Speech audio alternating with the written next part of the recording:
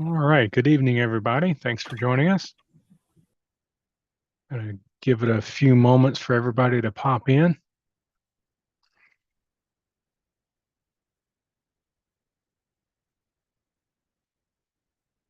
All right. Thanks for joining us.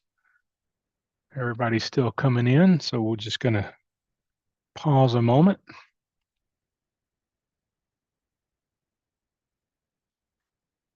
Awesome. Looks like the numbers have stabilized. Again, welcome. Thanks for joining us this evening. You're here for quantum mechanics and you. No, I'm just kidding. It's Introduction to Genealogy. And if you have any questions the uh, during the program, please feel free. You can add your question to the chat, and we will make sure that yes, it's turned on so you can add stuff to the chat if you have a question. If I'm not clear on something or connection dropped out for a moment, please feel free to drop it in the chat, or you can raise your hand and ask a question in the Q&A. But thank you for joining us.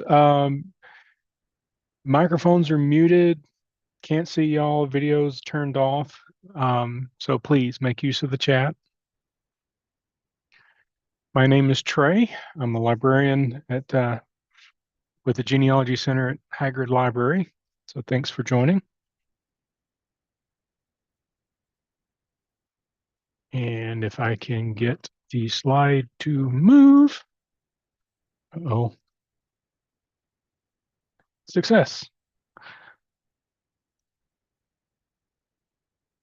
Again, this is the Introduction to Genealogy. So this will hopefully will provide a lot of good information to get started.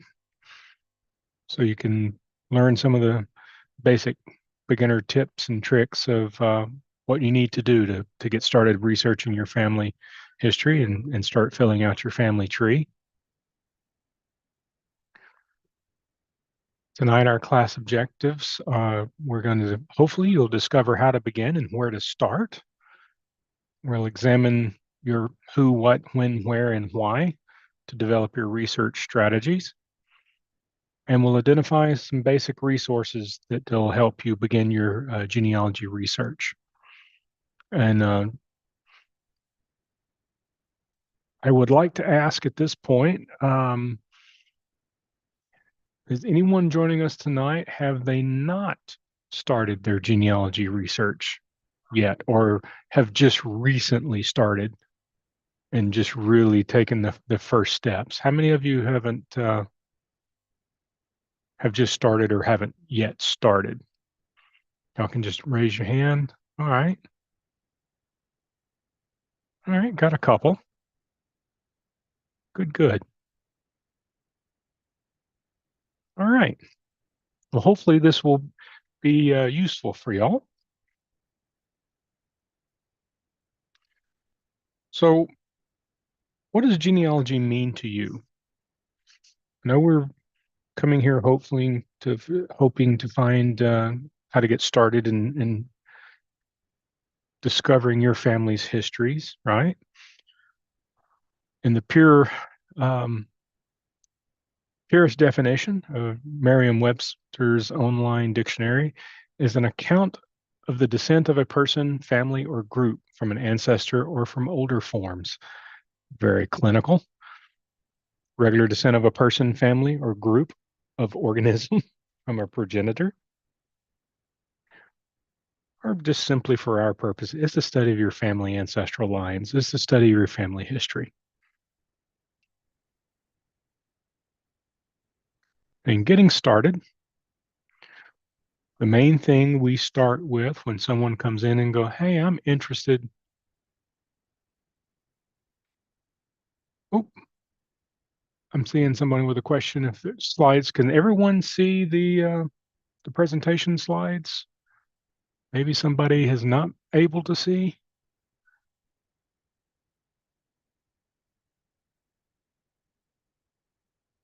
I'm going to assume silence in the chat means y'all can.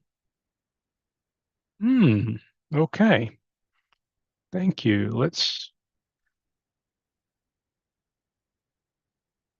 Let me. Yeah, I'm able to see the slides.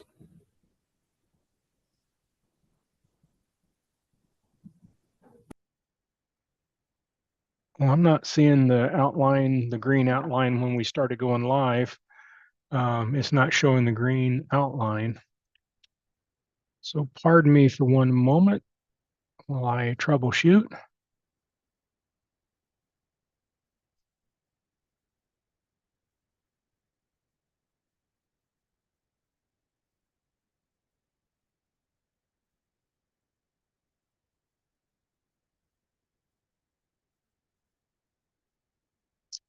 Okay, that should work.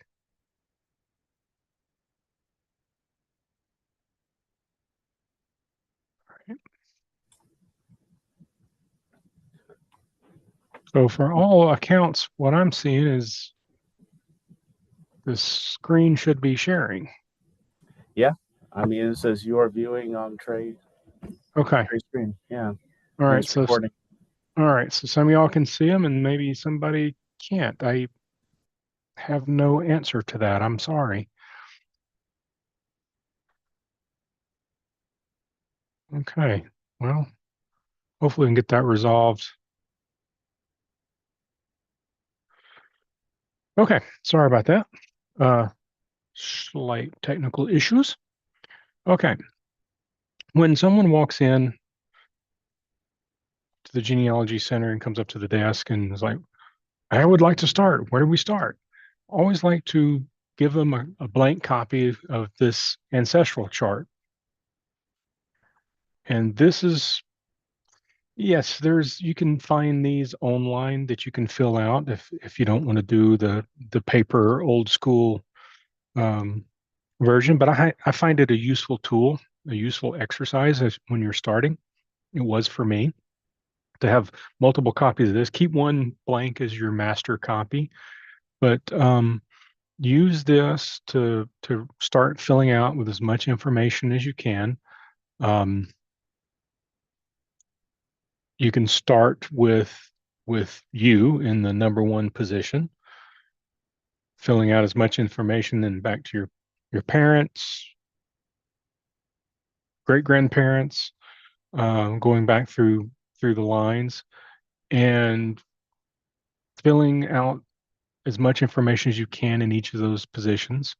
Um, that way, when you see all the blanks, that's the information that you're needing to find. It's a good visual resource to give you a clue of maybe some of the areas you need to direct your research.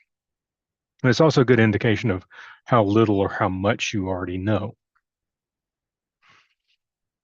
My suggestion, unlike this example, I wrote this in blue ink to show up better in the presentation, but write in pencil. That way, when you make mistakes, you can erase. I did this in the course of trying to do this example slide. I probably did this in ink about 6 times and got out whiteout a few times more um, because I was just having a daft day. And mistakes happen to us all. And the more frustrated you get on stuff like that, the more mistakes you're going to make. So write in pencil is the best takeaway. Be consistent about your data formatting. In this case, and I've seen this both ways, but in the case of the name, I did last name first, first name last, first and middle. Um, just because in a lot of databases, that's how you're going to search. Some databases, it doesn't matter um, which order you put the name in, but by and large, a lot of times it's last name first, first name last. Um, just whatever you decide upon, do it consistently. And in this case, the surname done in or family name done in all caps, so it's easier to pick out on the form. And like I said, keep a blank as your master copy.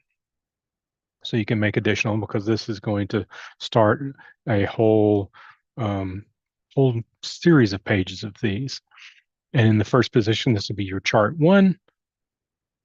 And you can see on this example, let's see, for Roscoe, parents are not deceased. So I've just placed a dash there is not applicable. Then you go back into the next line when you're looking at persons 4 and 5. Got some information gaps there. And as far as the date, um, that's something else.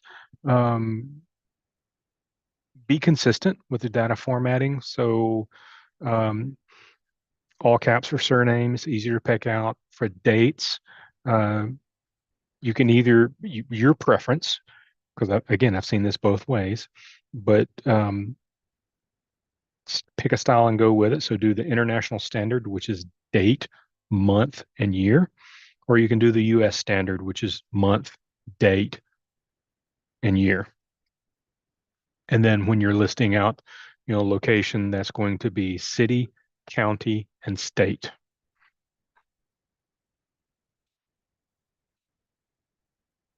And then be consistent. But this will help your formative first steps is to kind of organize the information in your mind as you're finding the information, you're filling this out. And then, so you've numbered your chart one. So used to having a classroom pointer. I don't know if I've got a pointer. I'm scared to find it in this online tool. I might accidentally kick off the screen for you. But then you've got this number, you know, for the person number 8, that's continued on chart 2, 3, 4, 5, and so forth down that column.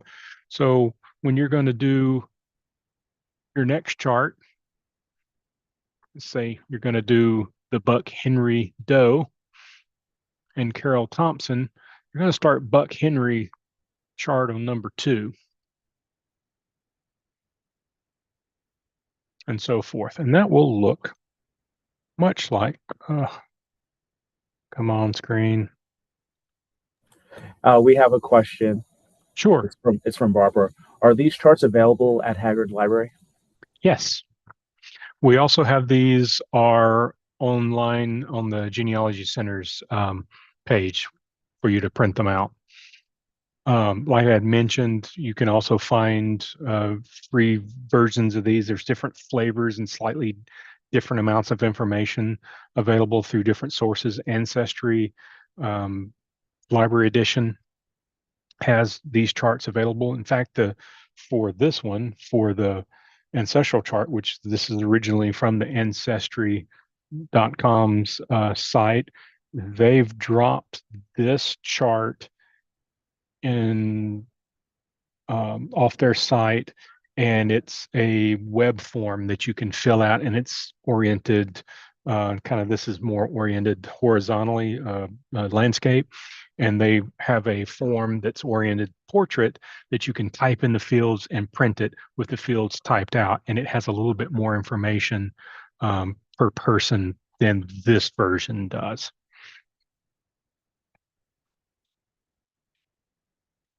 Hopefully that answers your question. That was a little probably more information than you needed to know at this point, but yes, there's a lot of different varieties of these forms out there in the wild.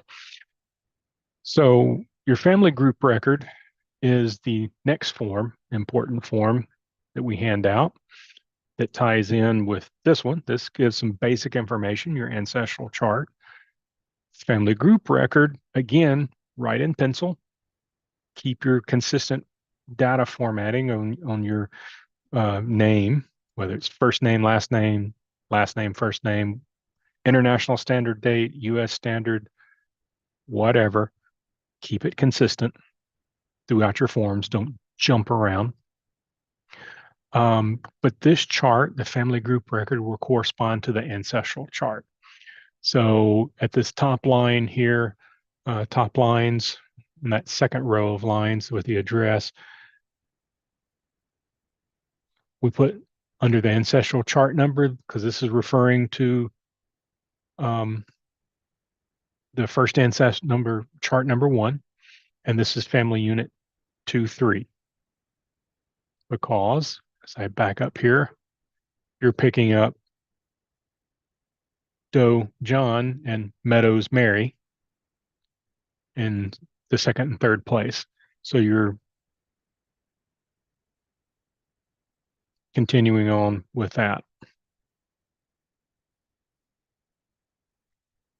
Now, this has a lot of the same information that the ancestral chart had, but it goes into a little bit more detail and breaks down some of the information. So besides just having like where you were born, um, or, it includes um, christening information. So you have the name of church, where they married, or the dates, where, name of church, um, kind of same way when they died, cause of death. It includes when they were buried, cemetery place, information like that. It also has some information for the mother and father for that individual. Then it has the wife and a lot of the same information there. And then a list of children for this couple. And it goes into more information of when they were born, where they were, place of birth, and then some information to kind of track if they had gotten married, when they had died, cause of death, etc.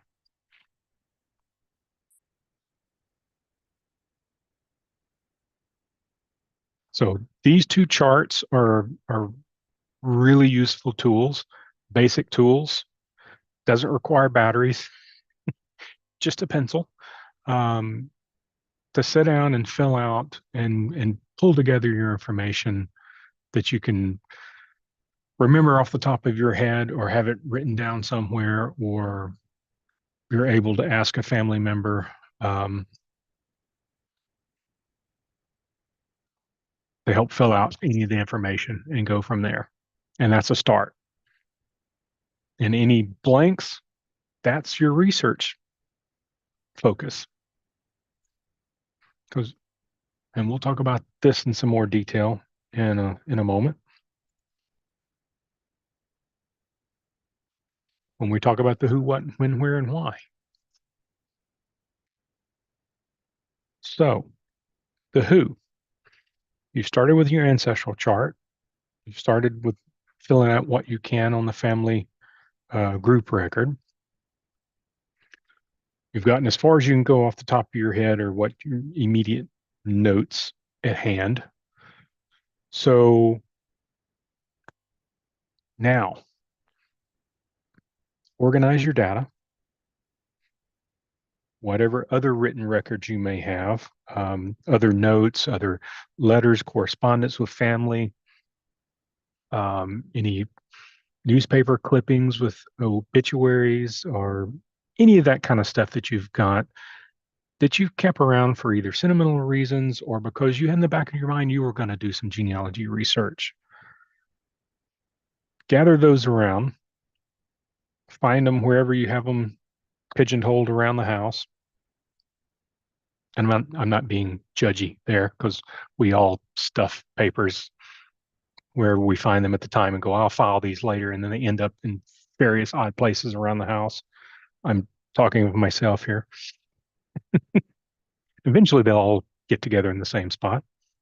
Um, but you analyze your data, all your information that you've pulled together, see what you've got, add what you've recently discovered off as you're going through and finding all your pieces of information you've got wherever it is. Add that to your ancestral chart, add that to your family group record. Then you can analyze, your data and review your sheets and your source notes and see if there's any errors, any missing information. Maybe you always knew of a family member, um, always went, you always knew him as Uncle Billy. Well, is Uncle Billy actually named Billy, or was he Bill, or was he William? Those are some pieces of information that you might need to definitively answer to be able to successfully, figure out your family lineage and story. Of course, there's the missing information, finding out if there's alternate spellings for a name, because many times um, spelling will change. If you may have already looked at census records, you may have noticed that spellings can change, and that's either because they were just the enumerator that was writing it down just spelled the name phonetically and didn't ask for the proper spelling, or maybe the handwriting was transcribed incorrectly, and whoever transcribed the census records spelled it, thought the E was an A, or vice versa, or I was an E. There's always variations that you're going to find. There's oopses, and even the most sacred of records that you might find, there's oopses. So you've identified maybe some of the holes in your information. So you decide what you want to find and work on. Work on one name at a time. Try not to chase too many names at the same time, because it's really easy to get confused and it introduces possible errors into your research. Now, I will back up and say, and I always say this, and when we're doing the database classes like Family Search or Ancestry Library Edition or something like that, sure, go play. Go play, spend an hour or two. Don't do serious research, but just get familiar and comfortable with the database and how it works and what kind of information you can find, how it navigates. Because sometimes it's the excitement. You just got to get that excitement out. It's like watching puppy and kitten videos on YouTube. 3 hours later, you're like, oh, I actually was looking up how to reinstall my gutter, and you got off on puppy and kitten. Get it out of your system. Just chase those little sparks of interest, but then gather your thoughts back and focus on one name and not multiple family names. Because I did that when I first started, and yes, it can lead to chaos and can lead to the wrong family branch that may happen to have a same name, but not actually the same family. And because you've filled out your ancestral chart, your family search record, and you've looked at what you have, you've identified the person that or the family branch that you want to focus on. Now go back and prove each generation before you move on to the next. So you don't have to prove you, because you living you, so you, but find your parents or find your grandparents at one of those points that things start to get fuzzy, wherever that might be, and find them in the record, documentation, and the resources. Find them, prove and verify, yes, this is the person I'm researching. They're actually part of my family. And because basically you're making sure that your John Smith that you found is the same John Smith who belongs on your family tree, not one of the 100 other John Smiths that are out there. And very important, cite your sources. Um, Make notes, because at some point, life gets in the way, things happen, fun things, sad things. You have to set it aside for a few weeks, a few months, maybe in a few years. When you come back to your research, you may not remember where this piece of information came from. So, very important to write your sources so you can retrace your steps. Or a later generation wants to go through your research, they can follow your path, kind of like following a recipe. and they would be very pleased to find that you cited your sources and you didn't make all this great claim and um, to all these connections, but you're like, where did they find this date of birth? Where's the birth certificate? Where did you find the birth certificate? Cite your sources. Future generations will be grateful, and you will too. So, organizing your who or getting your little ducks in a row. Gather your papers, your notebooks.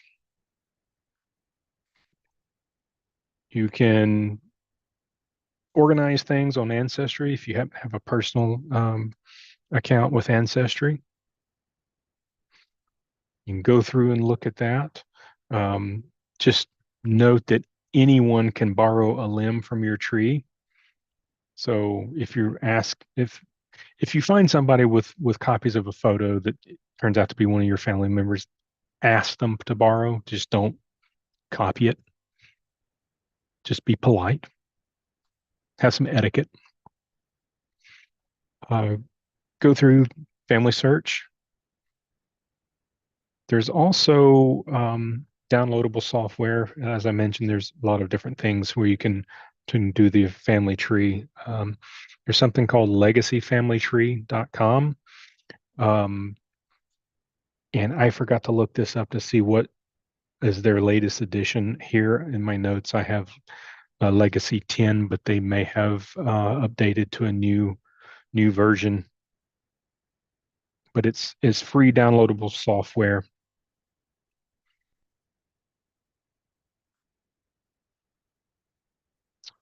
Also, there's familyecho.com. It's a free family tree builder. And those are some useful resources to kind of help organize your who and start organizing some of your notes. Or in one of that earlier slide, you can use 3-ring binders. Your choice. No one's going to judge. I will say that no battery is required for this, and you're not going to have a hard drive crash. And I'm not being a Luddite on that. I'm I'm speaking from experience where hard drive has crashed on 5 or 6 different PCs over the course of a few decades. So it's always good to have a print backup just in case. Or from the digital management, file management standpoint, have backups. Keep your keep electronic copies backed up on multiple hard drives and keep them in multiple locations, not in the same home. So if you have a house fire, if all your backups are in the house, you probably lose all your hard drives and backups. So share one with a family member to keep up with. That way you're certain to keep up with your have a backup of your notes.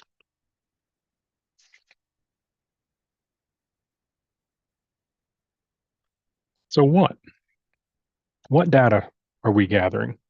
Well, we already saw from the ancestral chart and the family group record, you're looking at their full name. Was there a middle name? I have some family members that I've researched that even on their birth certificates, like me, I have a middle initial, but it's a middle initial on my birth certificate. It's not actually assigned a name. In my entire life, I have no idea if I had a full middle name, just an initial. So you can find those frustrating research things. And I have my parents to ask, and they're like, no, we just did an initial because it was handed down for a few generations. Like, that's not helpful, but okay. So it happens. Your birth date, location, all of this follows those forms: marriage date, location, death date, location. Was there any military service? What was the occupation? Depending on when the census years, the census may have included a column for occupation.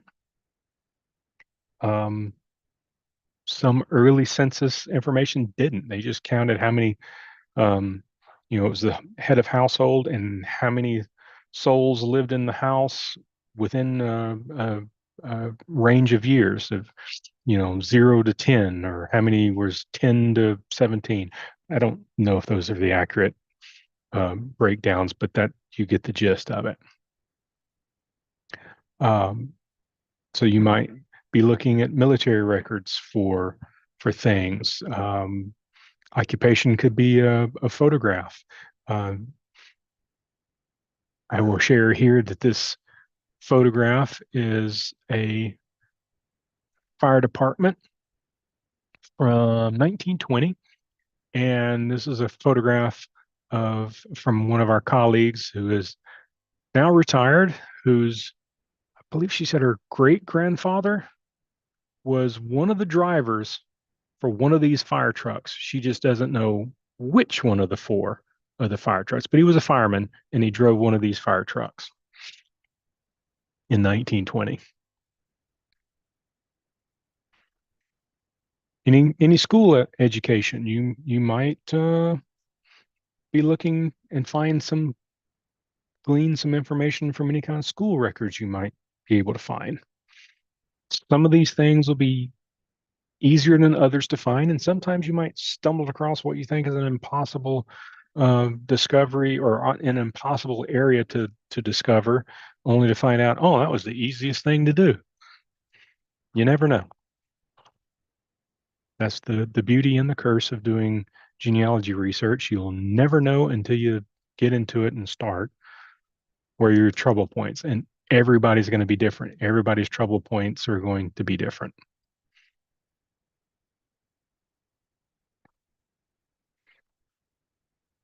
And the where and when, yes, we're looking at all the family, friends.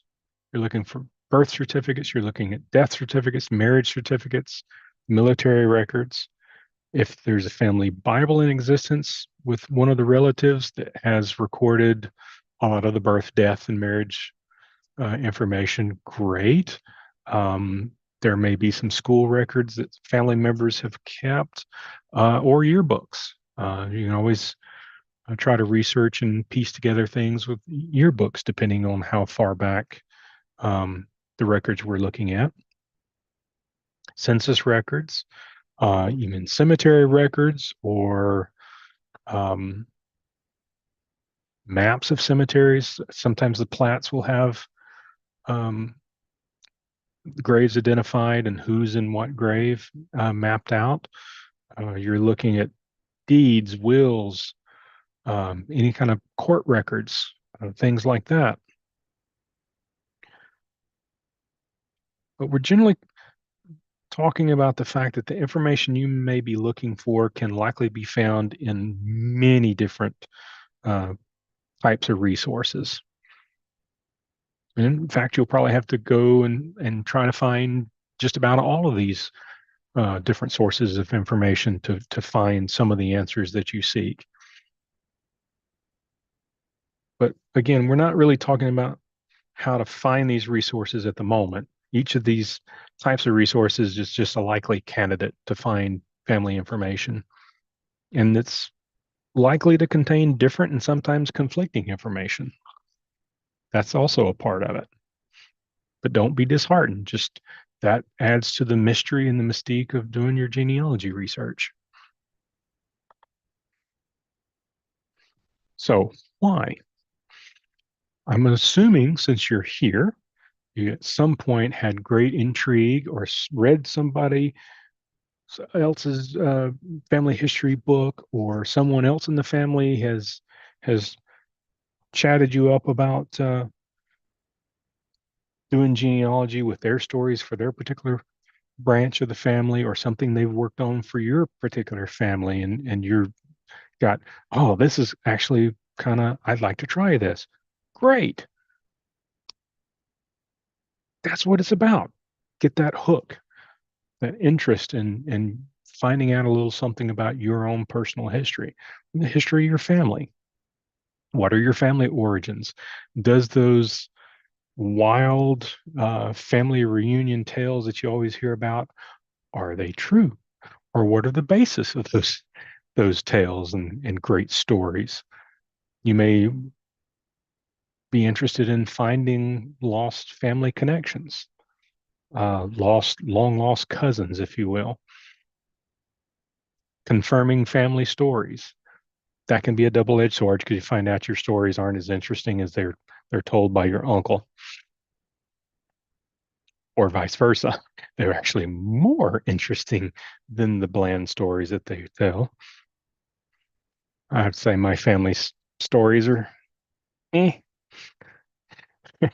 can't be proven, can't be disproven. So um, you may be doing some research to try to answer some medical questions. Was there a family history that led to certain medical conditions, or who knows? You're just simply, am I related to whomever? And this is a fun photo. It is a photo of 5 generations of family are represented in this photo, at least with 2 of them in portraiture form, or 1 generation in portraiture form.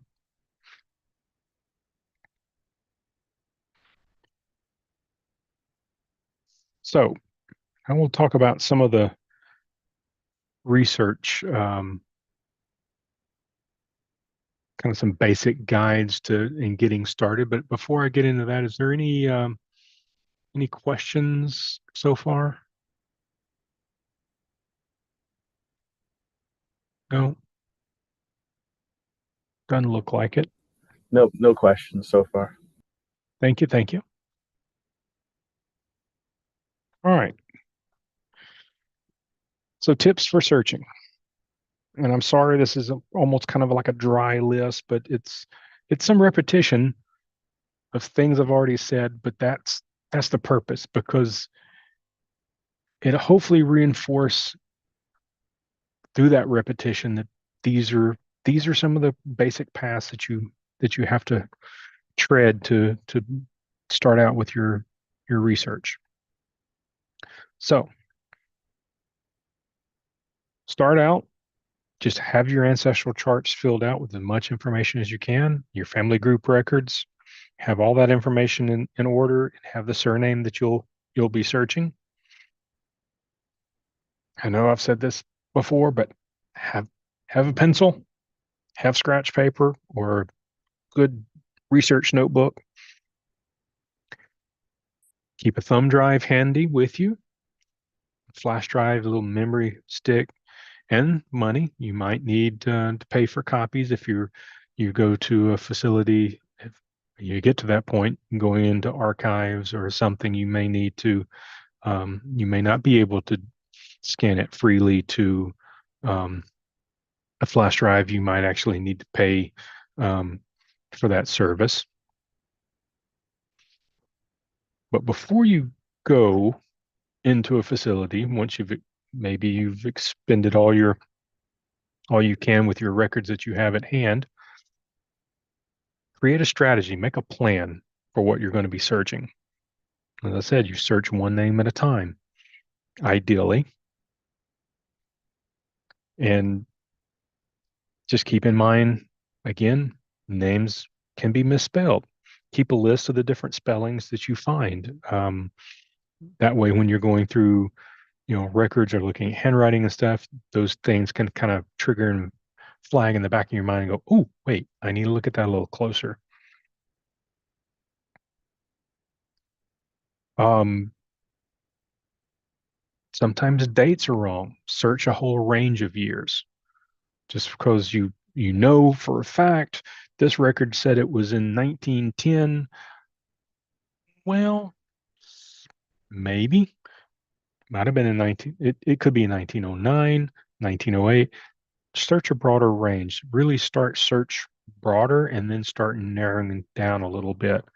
Um, Surefire way of getting really frustrated is holding to that one date that you found somewhere listed. It was a very specific day, a very specific month and year. Um, Sometimes those are wrong, and sometimes you just happen to pick and fixate on the one date and month that might have been an oops. Something might have been um, some number. The date might have been transposed instead of 12th of May. It might have been 21st of May. Um, and you've been looking and fixated on the 12th of May. So kind of keep an open mind that what if some of these could be wrong? Search broader.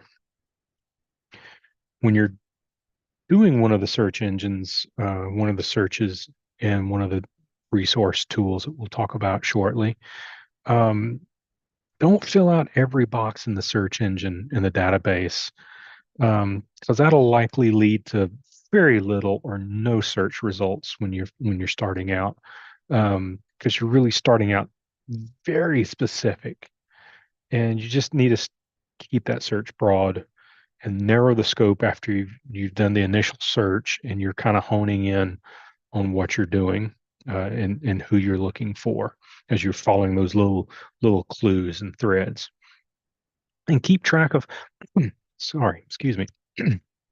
Keep track of where you've searched. That's just as important as when you found your information that you're like, yes, this is it. Keep that as a reference, your source list, your bibliography. But it's also important to write where you have looked. So, like I said, sometimes you might set this aside for a few weeks, a few months, a few years. When you come back to it, you can at least see, okay, I found this stuff here. Where else did I look? Oh, yeah, I looked in these resources. Oh, but I didn't look in this resource. That'll help you fill in kind of your back, you know, refamiliarize yourself with where you've been so you don't search the same resources multiple times, because that can be frustrating, because I've done that. And you feel stupid. And then you're like, oh, I should have wrote down that I did this 3 months ago, but I forgot. Take breaks, because nothing's worse than you're sitting there really focused and you're trying to find this data, and you just step back, take a deep breath, inhale, take a break, walk away for a moment, because sometimes, boom, you might have a click of inspiration and go, oh, but I didn't try this search path. And just keep in mind that not everything is on the computer, unfortunately, because it just life still works that way. When you're looking at a physical resource book and even the database, it's really important. And this is so nerdy and so boring, but it is so useful until you get used to the information resources and how they're laid out. Read the introductions and the information about the book or database that you use, because these will provide the clues you need regarding the origins of the data, because it'll tell you what's in the book, where did it come from,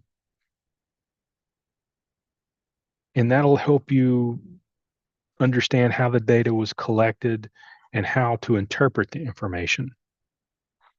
And also, it may contain the legends, for all, because a lot of these books have, you know, just pages and pages and pages of information, and it's very much shorthand because it's got abbreviations for things. You'll need the legend that's provided. Hopefully, I have seen some without the legend.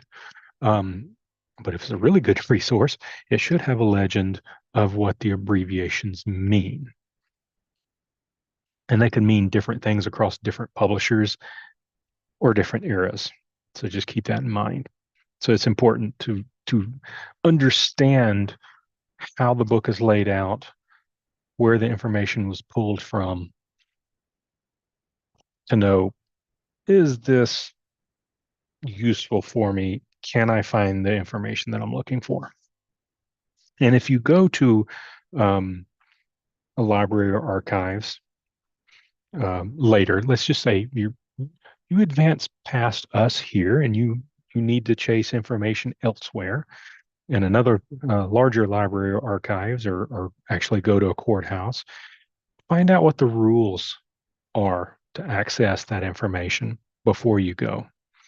Um, that's also useful to have a paper copy because sometimes you can't take in um, electronic devices into an archive, sometimes. So find out those rules ahead of time and just protect and preserve your information. And again, cite your sources. I know that was all long-winded on one slide, but how? Well, we're going to talk about some of that shortly, but you're looking through a whole host, again, census records, birth, marriage, death records, military records, any kind of probate, deed, court records, maybe naturalization and immigration records, sometimes medical records, church records, again, land records, that was being the probate and the deeds. Um, you might have to consider if you can kind of narrow down specific counties and states where the ancestors resided, you might be able to fill in some information looking in those regions. Um, or on the flip side, the countries where your ancestors had resided and immigrated from. And so that might entail a little bit of research into the places where the ancestors resided. So knowing a little bit about the history of a particular state or a particular county and how those counties were formed would inform how and where you needed to approach finding that information. Also, newspapers in the area where your ancestors live. That's also very good source source of information a lot of times. And you might be able to, might luck out and you might find it on the internet, but please don't think everything can be found online because it just can't.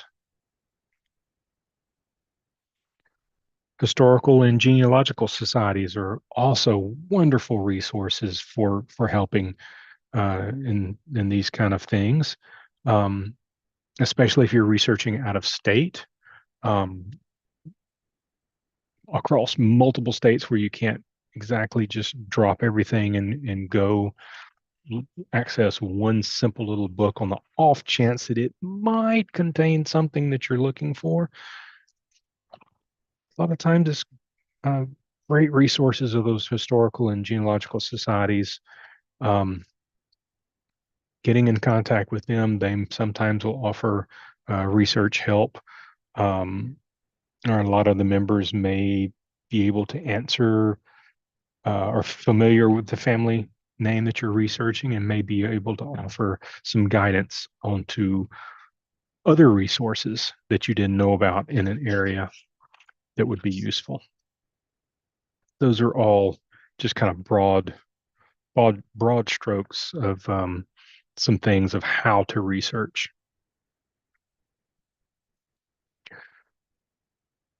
So when I talk about the cite your sources, we're not talking about necessarily a like your school papers bibliography and you're citing your sources for your research paper. No, not that complex, but it is helpful. Um, but also just understanding when you're making your notes, understand primary sources, primary evidence, primary sources that's created at or near the time of an event and is based on firsthand knowledge. Secondary evidence, the secondary sources, is based on primary evidence and or hearsay. It is less reliable. So you need to check the sources, evaluate the information that you find.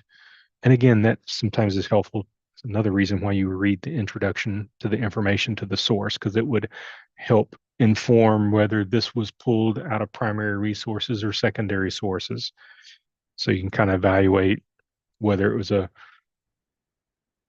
um, citing a citation of a citation, you know, three times removed. Well, maybe I need to find something a little closer to the information that didn't already filter it through multiple interpretations before I'm reading it here. Um, if you get to scan or take a picture of your resource with the information page for your family, always remember to make a copy of the title page of your source. I go so far as to make the cover and the title page and then the verso with the publication info. So if I needed to find that information again, or if I wanted to buy a copy of the source myself, um, I've got the information that I could try to track that down later, other than just having the copy of the page of a book that's page 17 of something with this title. That's not very helpful in the long term with your research, because you might need to refer back to that at some point, and having that title page information in the verso of that with the publication data will go miles to helping you um, find that again. So an example of a primary source is here. Here's a draft registration card. This was circa 1942. And here's the registration card. Oop, did I just put them in backwards? Oh, sorry. This one in the little inset box is the World War II draft registration, circa 1942. This first one was the World War I draft notification or draft card, registration card, excuse me. And I noticed on this that there is a discrepancy on the date of birth. So in the World War II, they listed 1898 as the year of birth, whereas in World War I, there were 1899. So both are primary sources, both are about the same person. Everything else is the same, but that one slight discrepancy in the year of birth, was that an accident? Did someone fill out one of the cards for the individual? Who knows? Or were they trying to be younger or older? Not sure. But that's an example of even some discrepancies in primary sources that you're going to find. You might even find incorrect spellings of the name. And in this case, in this example too, which I don't have a screenshot for, is on Ancestry Library Edition. The transcription of these records also have a couple of minor errors.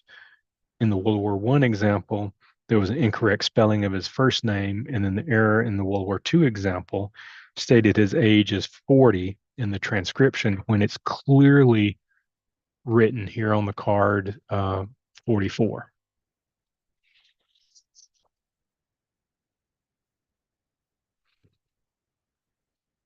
So before I quickly run through some of the resources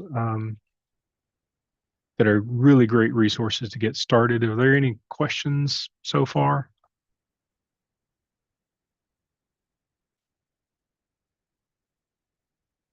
No. Nope. No questions. Oh, cool. All right. So I know we're running out of time, but I'm going to go through these quickly. Um, Ancestry Library Edition um, is a is one of the great resources to when you're starting out. That library Ancestry Edition is only available within the library. Just note this is a for-profit company. It's owned by an investor group. It's not affiliated with the Latter-day Saints um, church, even though it's based in Utah and it has a lot of the same appearances to their family search. It's a for-profit, but it has a lot of great information: census, birth, marriage, death, um, city directories, school yearbooks, and so forth. Yeah, we have a question. Will these slides be available? Um, no, but we do have a handout. Um, Email us genealogy@plano.gov, and if you could type that in the chat for me. Yeah. Um, Email us and we'll send you. There is a class handout for this, a PDF that has some notes and basically has these slides and a copy of the ancestral chart and the family search record for y'all's reference. I'm sorry it's not on the website for some reason, I just discovered. So somehow it dropped off the site when they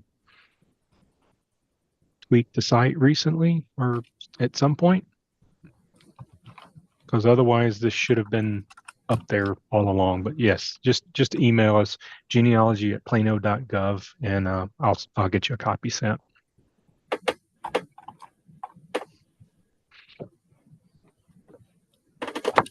Family Search is another great resource. This is a free site, or it's free to create an account.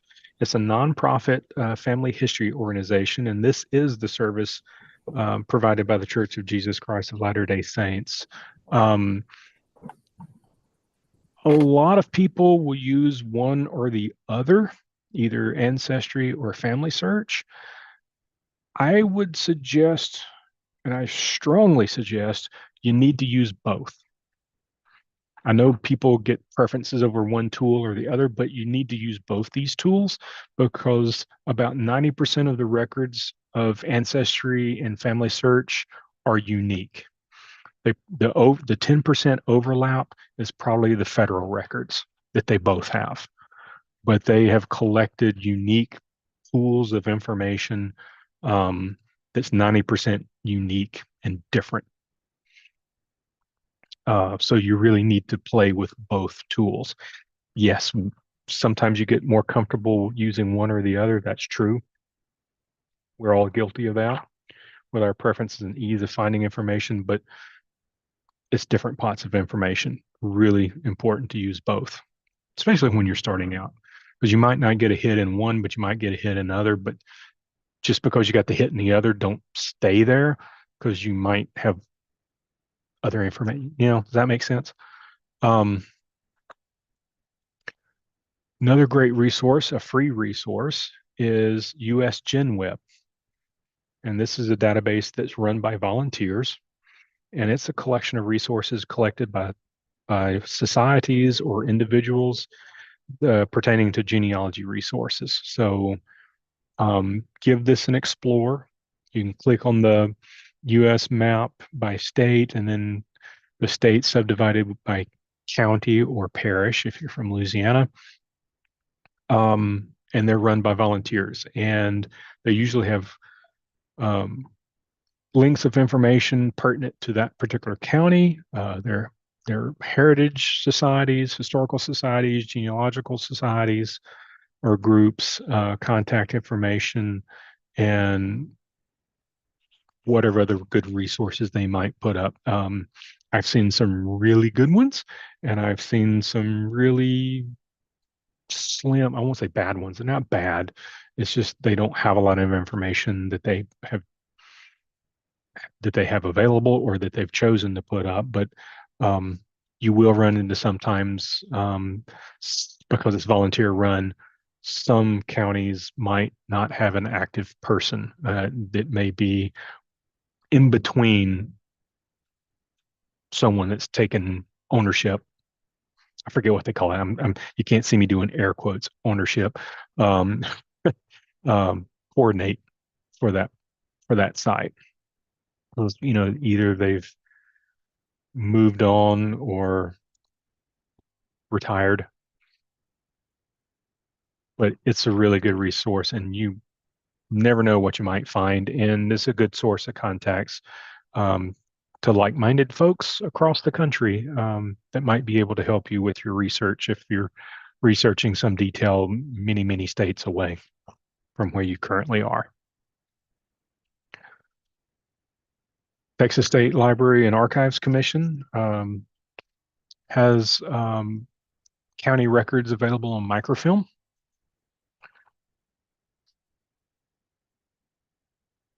And that has the information about having access. Um, just have to just have to look and read through carefully over what's accessible or not, because as they say here, and I know something caught my eye, some, the reels or microfilm and county records contain both restricted and unrestricted material. So if a reel contains restricted information, um, they're going to have to restrict access, even though it contains unrestricted information, just because nature of the nature of the information.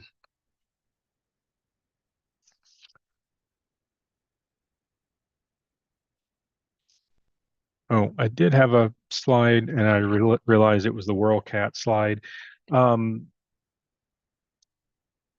which I guess was hidden. Did I skip it?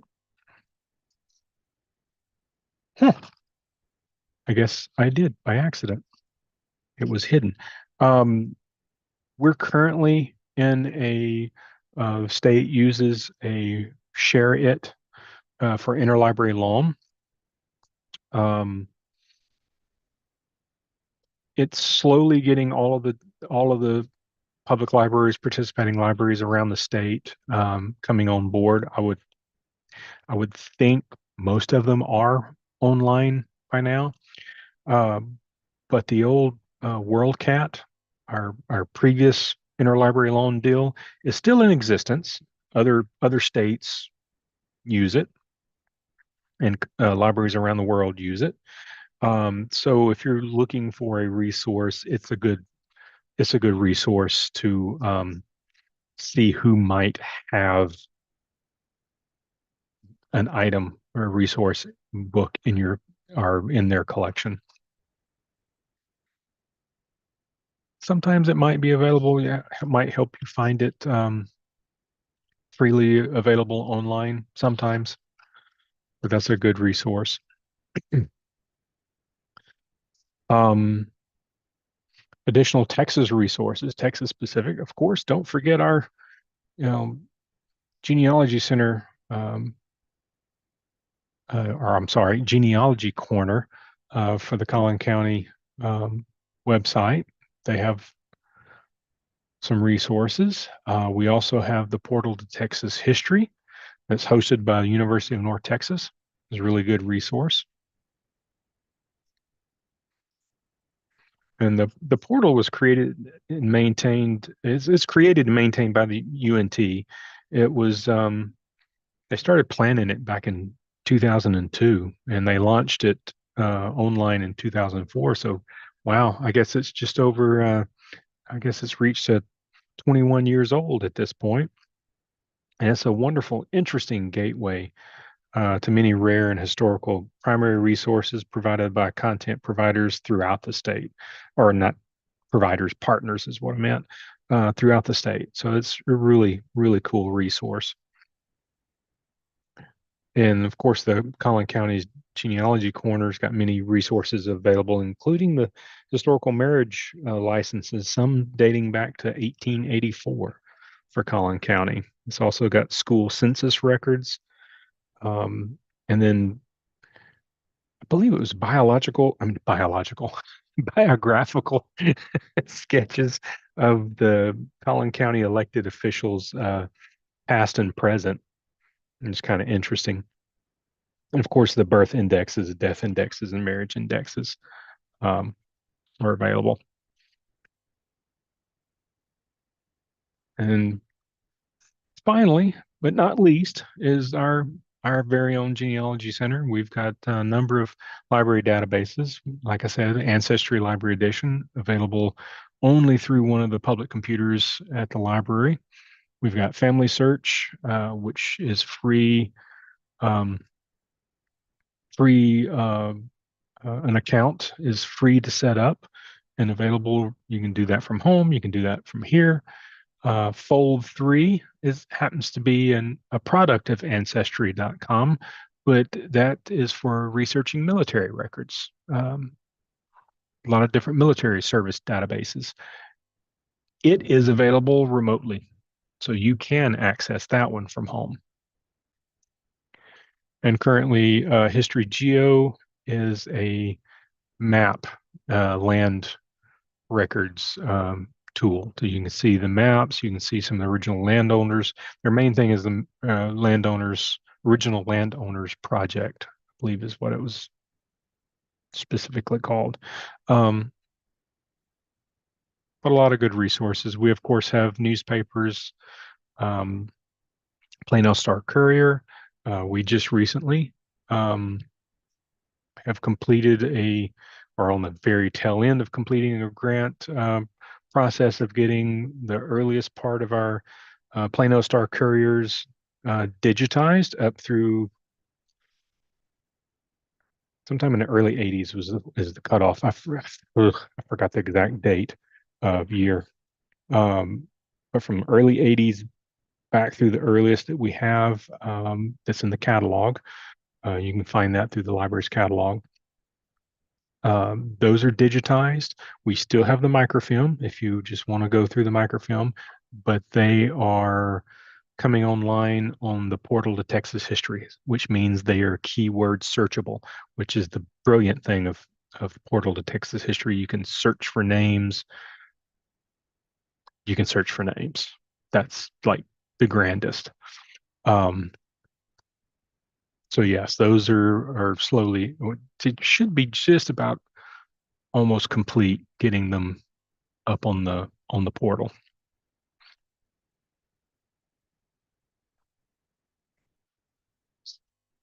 And quickly, just some other resources. I already mentioned, genealogical and historical societies. There's plenty of blogs and Twitter groups and Facebook pages. Um, you might find public records, newspapers. Again, we do a class on researching and finding things through the newspapers. Again, some of this is duplication, but that's to get that stuck in your brain of some of the things that places where you can go.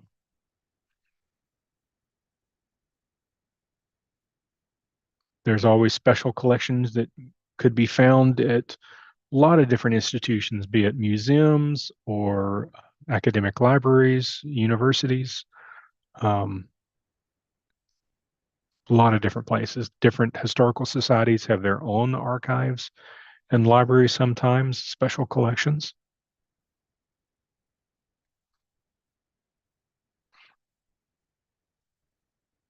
But final thoughts are cite your sources. Be prepared. Keep your records organized. When you find your photos, label your photos.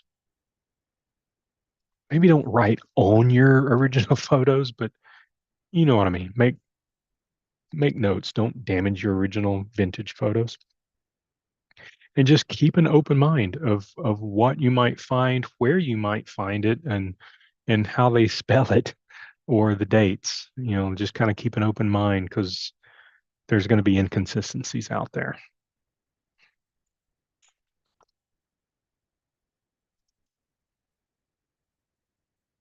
So, thank you for joining us. Sorry I got kind of long-winded on that. Are there any?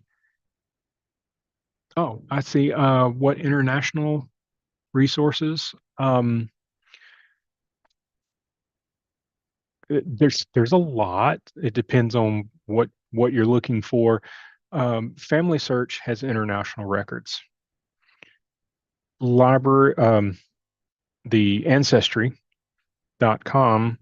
has different tiers of access. So your individual access for Ancestry.com doesn't have international records, and you have to pay for an additional tier to get international records. If you're using Ancestry Library Edition here in the library, that gets you access to some international records.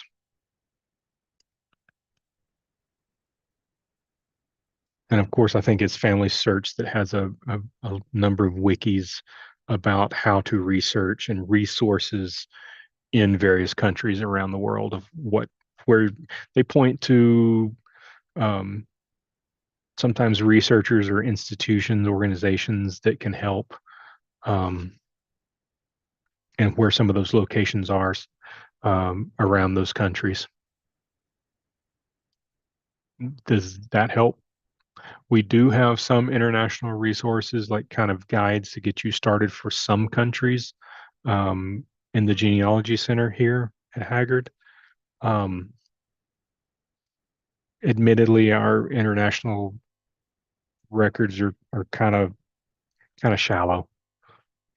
It's got the basics maybe of how to research. Generally, Western European countries for the most part represented. But we're trying to get a few additional resources.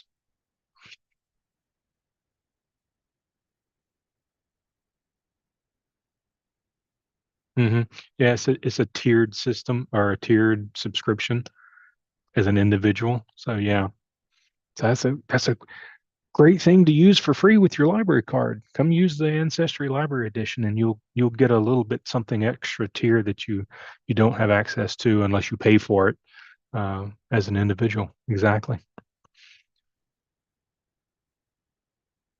Well, thanks everybody for joining us tonight. If there are no more questions, I will bid thee a good night. Yeah, have a good night.